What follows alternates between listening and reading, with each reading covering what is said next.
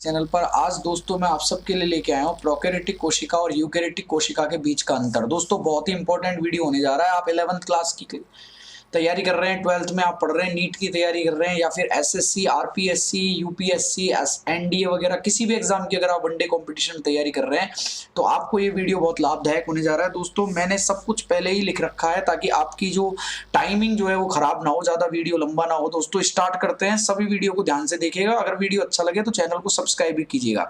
देखिए दो प्रकार की सेल्स होती है दोस्तों, एक तो होती है प्रोकैरियोटिक सेल्स और सेकंड जो होती है दोस्तों यूकैरियोटिक कोशिका। ठीक है, एक तो प्रोकैरियोटिक सेल होती है और सेकंड जो है यूकैरियोटिक सेल होती है। कुछ इस तरीके से दोस्तों मैंने इस वीडियो को डिजाइन किया है कि हिंदी और इंग्लिश मीडियम दोनों वालों को सुविधाएं रहेंगी। ठीक है, तो देखिए प्रोकैरियोटिक कोशिका दोस्तों इसमें क्या होता है कि दो शब्दों से मिलकर बना है, प्रो प्लस कैरियन। ठीक है, प्रो का मतलब होता है दोस्तों अनुपस्थित होना या अवास्तविक होना, और कैरियन का मतलब होता है दोस्तों न्यूक्लियस यानी केंद्रक। यानी प्रोकैरियोटिक कोशिकाएं वे होती हैं जिनमें केंद्रक व केंद्रक जो झिल्ली होती है यानी जो न्यूक्लियस है और न्यूक्लियर मेम्ब्रेन है। देखिए मैंने इंग्लिश मीडियम में लिख रखा है, न्यूक्लियस और जो न्यूक्लियर मेम्ब्रेन होता है दोस्तों वो एब्सेंट होता है, अनुपस्थित होता है।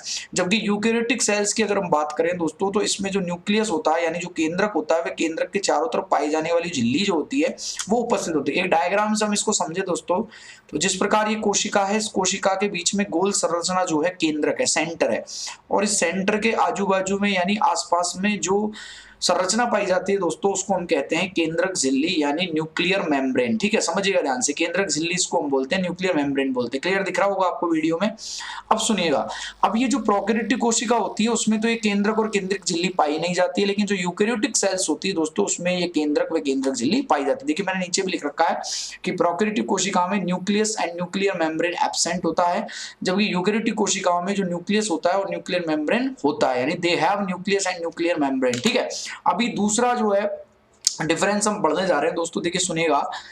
दूसरा डिफरेंस है प्रोकैरियोटिक कोशिकाओं का जो डीएनए है ना दोस्तों वो जीव द्रव्य में पाया जाता है, यानी जीव द्रव्य को हम इंग्लिश में क्या कहते हैं, प्रोटोप्लाज्म कहते हैं। ठीक है, तो डीएनए जो है प्रोटोप्लाज्म यानी जीव द्रव्य में पाया जाता है, और यूकैरियोटिक कोशिकाओं का जो डीएनए है वो सेंटर यानी केंद्रक न्यूक्लियस में पाया जाता है। इसका मतलब क्या हुआ दोस्तों, इसका मतलब ये हुआ, देखिए चित्र के माध्यम से हम समझ सकते हैं, डायग्राम के माध्यम से, कि जब प्रोकैरियोटिक कोशिकाओं में ये जो केंद्रक है दोस्तों, मान लेते वैसे तो ये यूकैरियोटिक कोशिका है लेकिन हम इसको थोड़ी देर के लिए प्रोकैरियोटिक कोशिका मान लेते हैं समझने के लिए। प्रोकैरियोटिक कोशिकाओं में जब केंद्रक होगा ही नहीं, जैसे इस वाले में ये जीवाणु कोशिका है, और जो जीवाणु कोशिका होती है दोस्तों वो प्रोकैरियोटिक कोशिका का एग्जांपल होती है। ठीक है, बिल्कुल आराम से समझ रहे हैं, बैक्टीरियल सेल जो होगी जीवाणु कोशिका वो प्रोकैरियोटिक कोशिका का एग्जांपल होगी। तो आपको इसमें कहीं देखिए सेंटर दिख रहा है क्या, न्यूक्लियस दिख रहा है क्या, नहीं दिख रहा है ना। तो जब न्यूक्लियस नहीं होगा दोस्तों तो जो डीएनए है ना वो बाकी की जगह पर पाया जाएगा, और बाकी की जगह क्या कहलाती है दोस्तों, बाकी की जगह कहलाती है जीव द्रव्य। समझिएगा, केंद्रक जो होगा, इस केंद्रक के अंदर जो है दोस्तों क्रोमोसोम्स पाए जाते हैं। क्या पाए जाते हैं, क्रोमोसोम्स पाए जाते हैं। क्रोमोसोम्स के अंदर जो है वो होते हैं दोस्तों डीएनए। क्या होते हैं, डीएनए। लेकिन जब प्रोकैरियोटिक कोशिकाओं में हम पढ़ रहे हैं कि प्रोकैरियोटिक कोशिकाओं में जब केंद्रक होता ही नहीं है दोस्तों, तो इसका मतलब ये जो डीएनए है ये केंद्रक से बाहर पाया जाएगा, केंद्रक तो है ही नहीं हमारे पास। अब ये जब बाहर पाया जाएगा तो कोशिका में जो बाहर पाया जाता है उसको हम क्या कहते हैं, जीव द्रव्य कहते हैं। तो यहाँ यही मैंने लिख रखा है कि इसमें डीएनए जो है वो किस में पाया जाता है, जीव द्रव्य में पाया जाता है। लेकिन दोस्तों यहाँ का डीएनए जो है वो तो केंद्रक में ही पाया जाएगा, क्योंकि हम जानते हैं यूकैरियोटिक कोशिकाओं में तो जो केंद्रक होता है, जो केंद्रक झिल्ली होती है वो हमेशा क्या होती है, प्रेजेंट होती है। ठीक है, तो दो डिफरेंस आपके सामने क्लियर हो गए। अभी चलते हैं हम तीसरे डिफरेंस की तरफ। देखिए चित्र के माध्यम से तीसरे डिफरेंस को समझ सकते हैं हम। तीसरा डिफरेंस कह रहा है कि प्रोकैरियोटिक कोशिका में गुणसूत्र तो पाए जाते हैं, प्रोकैरियोटिक सेल्स में क्रोमोसोम्स तो होंगे लेकिन दोस्तों सिर्फ सिंगल होंगे, यानी एकल होंगे, सिर्फ एकल होगा। ये एक प्रोकैरियोटिक कोशिका एक बैक्टीरियल सेल है दोस्तों, इस बैक्टीरियल सेल में सिर्फ ये सिंगल जो है वही क्रोमोसोम्स हो गया। अब जब ये सिंगल क्रोमोसोम होगा तो इसको हम क्रोमोसोम ना कह के और क्या कहेंगे दोस्तों, न्यूक्लियोइड कहेंगे। क्या कहेंगे, न्यूक्लियोइड। ये देखिए आप, मैंने यहाँ पे बना रखा है, ये एक बैक्टीरियल सेल है जो कि प्रोकैरियोटिक कोशिका है, इसमें एक सिर्फ सिंगल इस तरीके का सिर्फ सिंगल न्यूक्लियोइड यानी सिंगल क्रोमोसोम पाया जाता है। जबकि यूकैरियोटिक कोशिकाएं जो होती है दोस्तों उसमें डीएनए के अंदर बहुत सारे इस तरीके से बहुत सारे जो है धागेनुमा संरचना, फाइब्रिड लाइक स्ट्रक्चर्स पाई जाती है जिन्हें हम मल्टीपल क्रोमोसोम्स कहते हैं। तो तीसरा डिफरेंस हमारे सामने आया दोस्तों। देखिए अच्छी वीडियो का सबसे बड़ा फायदा ये होता है कि उसमें आपको सारी चीजें समझ में आती है। दूसरा, अच्छी वीडियो में एक चीज ये जरूर होती है कि उसमें टाइम लगता है। अब जब वीडियो में अगर थोड़ी सी समय बढ़ा रहा हूं तो आपको भी यकीन करना चाहिए कि इसमें हमारे समझ में आएगा। ठीक है, तो वीडियो इसलिए लंबी हो रही है। मैं देखिए बहुत सालों से ऑफलाइन बैचेज पढ़ा रहा हूँ, ऑनलाइन में पढ़ा रहा हूँ, ऑफलाइन ज्यादा पढ़ा रहा हूँ, तो मुझे पूरा एक्सपीरियंस है दोस्तों काफी सालों का कि किस प्रकार से सवाल एग्जाम में आते हैं। तो उसके आपके लिए वीडियो अगर थोड़ी सी 2-5 मिनट लंबी भी हो जाए तो उसमें आपको इतना दिक्कत नहीं महसूस होनी चाहिए। पूरा वीडियो अगर आपके समझ में आ गया तो आपके क्वेश्चंस जो है वो समझ में एग्जाम में भी आएंगे और आप उसमें जो है सक्सेस भी पाओगे। ठीक है, तो ध्यान से सुनिएगा। प्रोकैरियोटिक कोशिका होती है उसमें एकल गुणसूत्र पाया जाता है, जबकि यूकैरियोटिक कोशिका में मल्टीपल क्रोमोसोम यानी अनेक गुणसूत्र पाए जाते हैं। ये हमारे क्लियर हो गया दिमाग में। उसके बाद में नेक्स्ट चीज आती है, देखिए फोर्थ क्या है दोस्तों, समझिएगा। फोर्थ है कि इनमें 70S राइबोसोम उपस्थित होते हैं। प्रोकैरियोटिक कोशिकाएं जो होती हैं उनमें 70S राइबोसोम पाए जाते हैं, जबकि यूकैरियोटिक कोशिकाओं में 80S राइबोसोम पाए जाते हैं। अब मैं आपको बताऊं दोस्तों, राइबोसोम्स जो होते हैं वो दो ही प्रकार के होते हैं, एक 70S होता है, एक 80S होता है। तो 80S राइबोसोम जो है ना वो तो यूकैरियोटिक कोशिकाओं में होता है, और 70S जो राइबोसोम है ना वो प्रोकैरियोटिक कोशिका में होता है। अगर मैं यहाँ आपको S का मतलब समझाऊं, इस S का मतलब समझाऊं तो दोस्तों इस S का मतलब होता है सेडिमेंटेशन क्विनेंट। समझ गए, सेडिमेंटेशन क्विनेंट यानी अगर हम बात करें तो हिंदी में इसको बोलते हैं अवसादन गुणांक। ठीक है, क्या बोलते हैं, अवसादन गुणांक। तो 70S प्रोकैरियोट्स में होगा और 80S यूकैरियोट्स में होगा, इसमें कोई दिक्कत नहीं है। देखिए आप देख भी सकते हैं कि 70S को इस तरीके से, ये राइबोसोम का स्ट्रक्चर है दोस्तों, ये यहाँ भी ऐसा ही और यहाँ भी ऐसा है, लेकिन यहाँ 70S पाया जाएगा, यहाँ 80S पाया जाएगा। अब अगर हम 70S और 80S की सब यूनिट की बात करें दोस्तों, तो 70S की सब यूनिट होती है 50S प्लस 30S और 80S की होती है 60S प्लस 40S। अब आपको यहाँ ये दिमाग नहीं लगाना है दोस्तों कि 60S और 40S तो 100S होते हैं, 100S होते हैं। ठीक है, 60S और 40S यहाँ तो दिख नहीं रहा होगा, मेरी फोटो आ रही होगी, बाकी इधर लिखता हूँ 60S और 40S को जब मैं जोड़ता हूँ तो 60 और 40 तो 100 होते हैं, और यहाँ मैंने 80 लिख रखा है दोस्तों। 20 इसमें नहीं होते हैं, निर्मुक्त होते हैं, आपको ध्यान रखना है। 20 सब यूनिट निर्मुक्त हो जाती है, तो आपको 60 और 40 ध्यान रखना है। कई बार एग्जाम में आया हुआ सवाल है, कॉम्पिटिशन में, नीट में भी आया सवाल है कि 80S की सब यूनिट क्या होती है, तो आपको ध्यान रखना है 60S और 40S। और वहीं अगर हम 70S की देखें तो 50S और 30S। S का मतलब मैंने आपको बताया सेडिमेंटेशन क्विनेंट। और इस राइबोसोम का वर्क क्या होता है दोस्तों, राइबोसोम का जो वर्क होता है, फंक्शन होता है, वो होता है प्रोटीन का निर्माण करना और प्रोटीन का सिंथेसिस यानी संश्लेषण करना। ठीक है, यहां तक समझ में आ गया होगा। 5th पॉइंट हम लेके चल रहे हैं दोस्तों, देखिएगा 5th पॉइंट आपकी स्क्रीन के सामने आ चुका है। एक बार मैं इसको नीचे कर लेता हूं, बिल्कुल।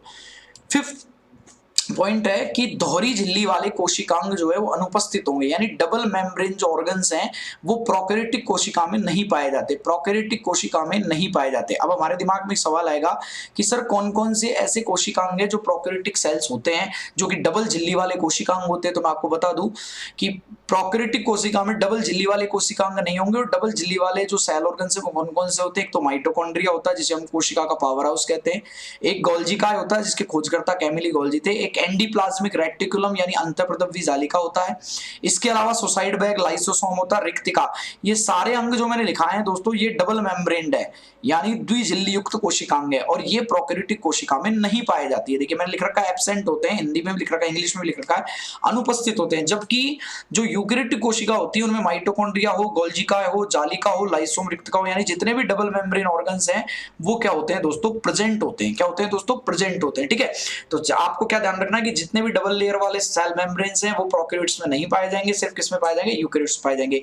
तो क्वेश्चन क्या आ सकता है एग्जाम में, सुनिएगा। देखिए मैं आपको एक क्वेश्चन बना के बताता हूं जो आया हुआ एग्जाम में, एसएससी के एग्जाम में आया हुआ है कि जो माइटोकॉन्ड्रिया होता है जिसको हम हिंदी में सूत्रकणिका बोलते हैं, इस माइटोकॉन्ड्रिया की प्रोकैरियोटिक कोशिका में संख्या कितनी होती है। देखिए किस प्रकार कितना दिमाग लगाया एग्जामिनर ने, सीधा नहीं पूछा, उल्टा पूछ लिया कि माइटोकॉन्ड्रिया की प्रोकैरियोटिक कोशिका में नंबर कितना होता है यानी कोशिका में संख्या कितनी होती है। तो वहां आप आंसर करके आओगे दोस्तों 0 यानी 0, एक भी नहीं होते, निल होता है। क्यों नहीं होता है, क्योंकि मैं यहां देख रहा हूं दोहरी झिल्ली वाले कोशिकांग प्रोकैरियोटिक में पाए नहीं जाते, और दोहरी झिल्ली कोशिकांग माइटोकॉन्ड्रिया आता है, ये प्रोकैरियोटिक में होता ही नहीं है। और क्वेश्चन मुझसे पूछा जाए कि माइटोकॉन्ड्रिया की प्रोकैरियोटिक कोशिका माइटोकॉन्ड्रिया कितना पाया जाता है, तो एक भी नहीं पाया जाता, 0 पाया जाता है, क्योंकि हम जानते हैं माइटोकॉन्ड्रिया जैसे दोहरी झिल्ली वाले कोशिकांग प्रोकैरियोटिक कोशिका में नहीं पाए जाते हैं। क्लियर हो गई ये बात आपके सबके। चलिए एक एक अंग जब मैं सेल टॉपिक पढ़ाऊंगा आपको, कोशिका टॉपिक पढ़ाऊंगा, माइटोकॉन्ड्रिया, गोल्जिका, जालिका वगैरह, तो ये सब में एक एक विस्तार से बताऊंगा किसके खोज किसने किए थे, क्या फंक्शन है इनका, क्या संरचना है, स्ट्रक्चर सारा। अब देखिए प्रोकैरियोटिक कोशिका के कुछ एग्जांपल्स मैं लेना चाहूंगा। तो एक तो मैंने आपको चित्र से बताया था जीवाणु, बैक्टीरिया, इसके अलावा बीजीए, बीजीए का मतलब होता है इंग्लिश में ब्लू ग्रीन एल्गी, यानी जो समुद्रों में नील हरित शैवाल पाई जाती है, इसको अपन काई बोलते हैं दोस्तों, नीली हरी काई, वो भी प्रोकैरियोटिक कोशिका का उदाहरण है। और इस दुनिया की सबसे छोटी जो कोशिका है, पादप जगत की जो सबसे छोटी कोशिका है दोस्तों, पादप जगत का जोकर भी इसको बोलते हैं, जोकर ऑफ प्लांट किंगडम, ये माइकोप्लाज्मा है जिसको हम प्लूरोनिमोनिया लाइक ऑर्गेनिज्म बोलते हैं, पीपीएलओ। ये प्रोकैरियोटिक कोशिका के एग्जांपल्स हैं, बैक्टीरिया, बीजीए और पीपीएलओ यानी माइकोप्लाज्मा। और जितने भी उच्च वर्ग के पौधे, प्लांट्स और एनिमल्स हैं दोस्तों, जितने भी प्लांट्स हैं और इसके अलावा जो एनिमल्स हैं, वो कौन सी कोशिका के उदाहरण है? तो वो है आपके यूकेरियोटिक कोशिका के। कौन सी कोशिका के उदाहरण है दोस्तों? यूकेरियोटिक सेल के उदाहरण। ठीक है, तो ये आज का वीडियो था, एक बार हम रिपीट कर लेते हैं जाके आपके बिल्कुल अच्छे से समझ में आ जाए। प्रोकैरियोटिक कोशिकाओं में केंद्रक व केंद्रक झिल्ली अनुपस्थित होती है, जबकि यूकेरियोटिक में उपस्थित होती है। प्रोकैरियोटिक कोशिका का डीएनए जो है वो प्रोटोप्लाज्म पाया जाता है, जबकि डीएनए जो यूकेरियोटिक कोशिका का होता है वो बिल्कुल न्यूक्लियस के अंदर होता है। इसके अलावा हमने जंतु कोशिका एनिमल सेल का स्ट्रक्चर भी देखा, जिसमें लाइसोसोम होता है, केंद्रक झिल्ली होती है, साइटोप्लाज्म भरा होता है, केंद्रक होता है बीच में, केंद्रक के अंदर धागेनुमा संरचनाएं, गुणसूत्र होती है। जबकि बैक्टीरिया सेल जो है वो प्रोकैरियोटिक कोशिका का उदाहरण है, जिसमें सिर्फ सिंगल, ये लिख रखा है, सिंगल क्रोमोसोम पाया जाता है, जिसे हम क्या कहते हैं? न्यूक्लियोइड कहते हैं। ठीक है, जबकि यूकेरियोटिक कोशिका में अनेक प्रकार के गुणसूत्र यानी मल्टीपल क्रोमोसोम्स पाए जाते हैं। इसके अलावा प्रोकैरियोटिक कोशिका 70s राइबोसोम रखती है, 80s राइबोसोम यूकेरियोटिक कोशिका में होता है। प्रोकैरियोटिक कोशिका में double layer membrane organs absent होते हैं, यूकेरियोटिक में प्रेजेंट होते हैं। और ये कुछ एग्जांपल्स जो हैं वो मैंने आपको दिए। आप मुझे वीडियो कैसा लगा जरूर बताएं दोस्तों, और आज के लिए आपको बहुत बहुत धन्यवाद दोस्तों। अगर आप इस वीडियो को पूरा प्यार देंगे, समर्थन देंगे, तो ऐसे ही मैं बायो, फिजिक्स, केमिस्ट्री तीनों के ही टॉपिक्स लाता रहूंगा। अगला टॉपिक आप कौन सा पढ़ना चाहते हैं वीडियो के नीचे कमेंट में दोस्तों जरूर बताएं। चैनल को सब्सक्राइब नहीं किया, अगर वीडियो अच्छा लगा हो तो तभी चैनल को आप सब्सक्राइब करें, वीडियो को लाइक करें। आज के लिए बहुत बहुत धन्यवाद। Have a good day. Thank you.